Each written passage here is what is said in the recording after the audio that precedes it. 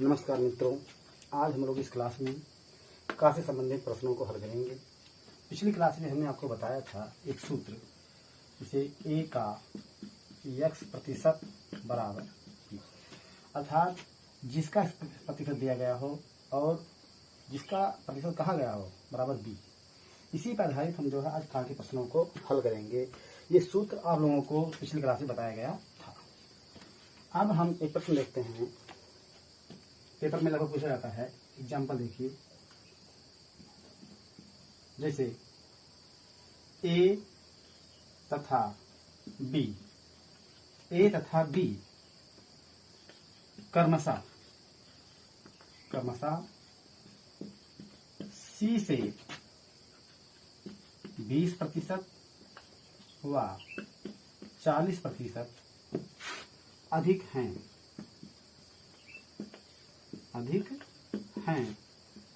तो ए का कितने प्रतिशत बी है। ये क्वेश्चन आप लोग देख रहे हैं। ए तथा बी क्रमशः सी से 20% व सी 40% अधिक हैं, तो ए का मान कितने प्रतिशत है, मतलब ए का कितने प्रतिशत बी है। अब इसके लिए हम सबसे पहले ए, बी और सी का मान मालूम होना चाहिए। तो हम लोग देखते हैं कि सी सबसे न्यूनतम है, हम सबसे न्यूनतम संख्या को मान लेते हैं, अर्थात यहाँ लिखेंगे पहले ए बी सी, सीधे सीधे। अब इसको हमने 100 मान लिया। जब इसको 100 मान लिया तो यहाँ पे लिखा है क्रमशः, मतलब ये 20% अधिक है और बी जो है 40% अधिक है। तो जब बी 40% अधिक है तो सी से 40% अधिक मतलब हो गया 140। अब ए कह रहा है 20% अधिक है 100 से, मतलब इसका मान हो गया 120। अब आपको ए का मान 120, बी का मान 140 और सी का मान 100 प्राप्त हो गया है। अब ये तो हम लोगों को ए बी सी तीनों के मान मालूम हो गए। अब कह रहा है ए का कितने प्रतिशत बी है। तो यही सूत्र हम लोग पहले लिखे हैं। तो माना x प्रतिशत है, ए का x प्रतिशत बी है, सूत्र वही होगा ए का x प्रतिशत बी है, या x का x प्रतिशत बराबर बी है सूत्र। अब देखिए ए का मान कितना है, यहाँ पर 120 का मतलब होता है गुणे x बटे 100, बी का मान मालूम है आपको 140। आगे हल करेंगे तो x का मान आ जाएगा यहाँ पर आपको 140 गुणे 100 बटे ये नीचे आएगा 120। शून्य कट गया, 2 से काट दीजिए, 2 6 12, 2 7 14, ठीक है। अब 2 3 6, 2 5 10, 0 0। अब आपका आ जा रहा है यहाँ पर 7 0 0, 7 5 35 बटे 3। अब इसी को हम लोग प्रतिशत बदल लेंगे। देखिए 3 के 3, 2 बचा है 20 हो गया, 3 6 18, फिर 2 बचा है वो शेष हो जाएगा और नीचे 3, मतलब सरल भिन्न को मिश्रित भिन्न में इस तरह बना लेते हैं। तो इसका मतलब है आपका उत्तर आ गया कि 116 सही 2/3% बी ए से अधिक है। ये हम लोगों का सिंपल उत्तर हो गया। और ये क्वेश्चन जो है पेपरों में लगभग पूछे जाते हैं इसी तरह के, और बार बार पूछे जा रहे हैं। लगभग 1 नंबर इसको फिक्स मान चलिए आप लोगों को। अब देखते हैं हम लोग आगे अन्य एग्जाम्पल लोग।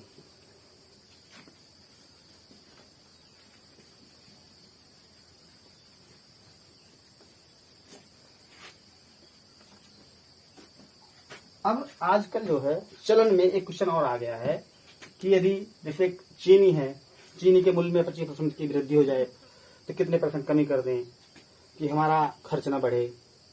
या मान लीजिए हमारे व्यवसाय में 20% की हानि हुई तो व्यवसाय में हम क्या करें, कितने % की वृद्धि कर दें कि हमारे व्यवसाय में कोई परिवर्तन ना हो या हमारी पूंजी पर कोई परिवर्तन ना हो। तो इस तरह के क्वेश्चन जो है इस समय पूछे जा रहे हैं प्रत्येक परीक्षाओं में। तो एक हम एग्जाम्पल लेकर समझेंगे। एग्जाम्पल है, माना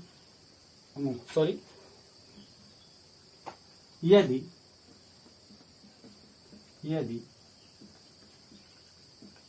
चीनी के मूल्य में, चीनी के मूल्य में 25% की वृद्धि हो जाए, यदि चीनी के मूल्य में 25% की वृद्धि हो जाए तो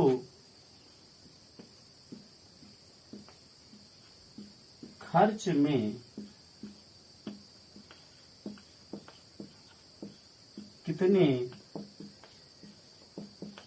प्रतिशत की कमी करें कि व्यय में वृद्धि ना हो। क्वेश्चन देखिए, आपको कह रहा है कि चीनी के मूल्य में 25% की वृद्धि हो जाए। ध्यान दीजिएगा, 25% की वृद्धि कह रहा है। अब आपको कमी निकालना है, तो प्रतिशत कमी सूत्र होता है प्रतिशत कमी। अब हम सूत्र कैसे लगाएं? पहले देखिए, सूत्र है 100 गुणे x बटे 100 धन x, जहां पर x जो है वृद्धि या कमी है, अर्थात कितनी वृद्धि हो रही है वो x को दर्शाता है। यहाँ पर 25 की वृद्धि हो रही है तो ये x का मान 25 होगा। अब देखिए, यहीं पर ये कमी कह रहा है, कमी क्या कह रहा है? कमी निकालनी है हमको। अब सूत्र में एक सूत्र होता है प्रतिशत वृद्धि का, प्रतिशत वृद्धि निकालनी होती है तो क्या करते हैं हम लोग, 100 गुणे x बटे 100 ऋण x। ध्यान दीजिएगा, अब कौन सा सूत्र कहाँ लगाना है ये तो मिस्टेक होगा आपसे। तो आप दो तरीके से पता लगा सकते हैं। यदि सूत्र से देखना है, जैसे प्रतिशत कमी है, इसका उल्टा मतलब हमें नीचे प्लस करना है, ठीक। यदि प्रतिशत वृद्धि निकालनी है, इसका मतलब हमें इसका उल्टा यहाँ पर ऋण करना है। और यदि ये भी आपको समझ में नहीं आ रहा है, दिमाग में नहीं आ रहा है, पेपर हाल में आपको सूत्र ध्यान नहीं आ रहा है, तो सीधे सीधे आप देखेंगे चीनी के मूल्य में 25% की वृद्धि कर दी जाए, इसका मतलब है बटे में हमें प्लस लगाना है। वृद्धि हो गई है तो हमें नीचे प्लस लगाना है। और यही पर होता 25% की कमी हो गई है तो हमें नीचे लगाना पड़ता माइनस। जो यहाँ होगा उसका उल्टा पूछेगा। यदि वृद्धि हो रही तो कमी पूछेगा, और कमी हो रही है तो यहाँ वृद्धि पूछेगा। दो ही ऑप्शन बनते हैं केवल। यहाँ पर यदि वृद्धि हो रही है तो यहाँ कमी पूछेगा, और अगर यहाँ कमी हो रही है तो यहाँ वृद्धि पूछेगा। जो पहले ऑप्शन में होगा, जैसे वृद्धि हो रही है तो हम सूत्र प्लस लगाएंगे, वृद्धि मतलब प्लस सीधे। यहाँ पर यदि कमी हो रही है तो हम सूत्र लगाएंगे माइनस। तो यहाँ पर देखिए, वृद्धि हो रही है तो हम लोग इस सूत्र का प्रयोग करेंगे प्लस वाले का, सीधे। और यक्स जो क्या है, ये आपकी जो वृद्धि हुई है उसी दिखा रहा है। अब सीधे हम लोग आते हैं इस पर, तो 100 गुणे 25 बटे 100 प्लस 25 गुणा करेंगे तो हो जाएगा 2500 बटे नीचे जाएगा 125। अब क्यों काट देते हैं, 25 से काट जाएगा, 25 के 25 शून्य और 25 पंचे 125 आ गया 100 बटे 5। इसको बना लेंगे मिश्रित भिन्न में, तो देखिए 5 दूनी 10, सॉरी, तो फिर पूरा घट रहा है तो मिश्रित भिन्न में जरूरत नहीं है, काट देते हैं। 5 दूनी 10 शून्य आ गया 20%। क्या करना है, कमी करनी है। जब मूल्य 25 से बढ़ गया है तो आपको खर्च में 20% की कमी करनी है, जिससे कि आपके व्यय में परिवर्तन न होगा। अब एक क्वेश्चन हम जो इसके उल्टा देख लेते हैं, मतलब यहाँ पर वृद्धि हो रही है, कमी, मान लीजिए इसी को ले लें। अब यहाँ पर क्या कर देंगे,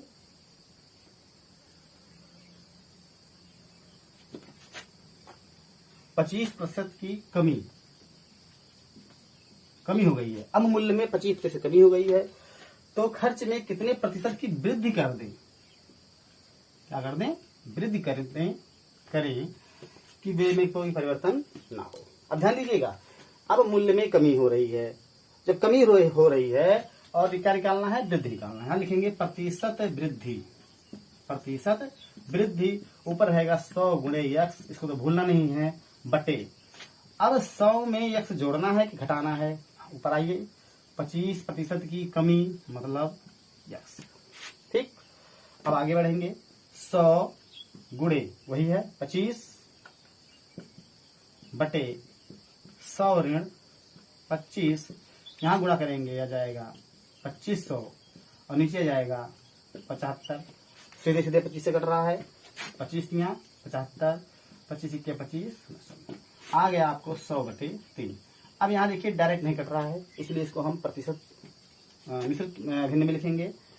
देखिए 3 तिहाई 9 बचा 1, फिर 10 हो गया, फिर 3 त्रिका 9 बचा 1, जो 1 होता है उसको ऊपर, जो शेष बचता है उसको ऊपर लिख लेते हैं, नीचे ये रहेगा इतने प्रतिशत की वृद्धि करनी पड़ेगी। अब आप लोगों को ये समझ में आ गया होगा, ये आप लोगों को समझ में आ गया होगा। अब ये तो हो गया सूत्र के माध्यम से। अब सीधे हम इसके बेसिक नॉलेज से, जिसे सीधे बेसिक फंडे पर इसको जो हम निकालेंगे। तो देखिए बगल में लिखते हैं निकाल तरीका। अब देखिए माना उसका मूल्य 100 रुपया था, ये ट्रिक है, सीधे सीधे आपको बेसिक नॉलेज से लगाना है। अगर आपको सूत्र याद नहीं है तो इसको हम प्रयोग करेंगे। माना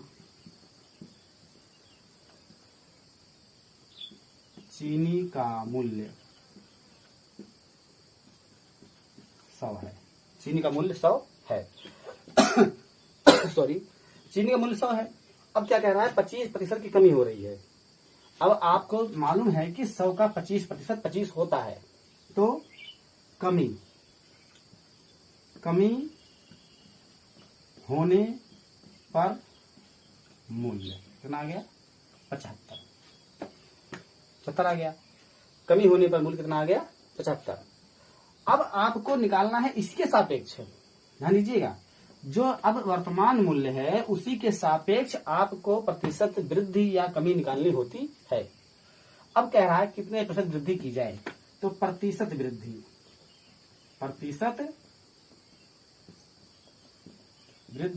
बराबर, अब देखिए जैसे हम लोग पढ़ते हैं लाभ गुणे 100 बटे क्रय मूल्य, एक सूत्र होता था बहुत पहले बचपन में। क्रय मूल्य मतलब होता है उसका के सापेक्ष। अब यहां पर जो है 100 गुणे 25 बटे 75, और लास्ट में हल करेंगे गुण में जाएगा। यह आंसर आपका हो गया। यदि आपको सूत्र याद नहीं है या ये फंडामेंटल में दिक्कत हो रही है तो आप सीधे सीधे इस तरह मान के उसको लगा सकते हैं। लेकिन यही ध्यान देना है, जो वर्तमान मूल्य रहेगा कमी होने के बाद या वृद्धि होने के बाद उसी के सापेक्ष लेंगे, और ऊपर 100 गुणे कमी या वृद्धि जो होगा उसको गुणा करके इस तरह लिखेंगे। इसमें आपको इसकी समस्या नहीं रहेगी कि घट रहा है कि बढ़ रहा है, इसे मतलब नहीं है। जो आपका इस तरह सापेक्ष मूल्य है, मान लीजिए अभी यहाँ पर पिछले वाले सवाल में ये चीनी का मूल्य 100 है, अब वृद्धि होगी, मान लीजिए यहाँ कमी हो रही थी, अब वृद्धि हो गई है, मान लीजिए 25% वृद्धि हो रही है। तब वर्तमान मूल्य होगा 100 का 25 125 होगा। अब इसके सापेक्ष निकालेंगे हम लोग 100 गुणे 25 बटे 125 वर्तमान मूल्य, मतलब वर्तमान मूल्य के सापेक्ष ही हम प्रतिशत वृद्धि या कमी को निकाल सकते हैं। इसके लिए देखिए 25 पंचे 125, 5 दूनी 10, 0 0 20% आ गया, जो कुछ देर पहले आपने देखा था। इस तरह आप लोग समझ गए होंगे कि इन सवालों को हल करने के लिए एकदम सिंपल विधि है, और एक सवाल हर पेपर में मोस्टली आता है। इसी तरह हम अपनी सीरीज को आगे बढ़ाएंगे और आगे पेपर में आने वाले प्रश्नों को आपके सामने रखा जाएगा, जिससे आपका मैथ सरल तरीका होता जाए। नमस्कार।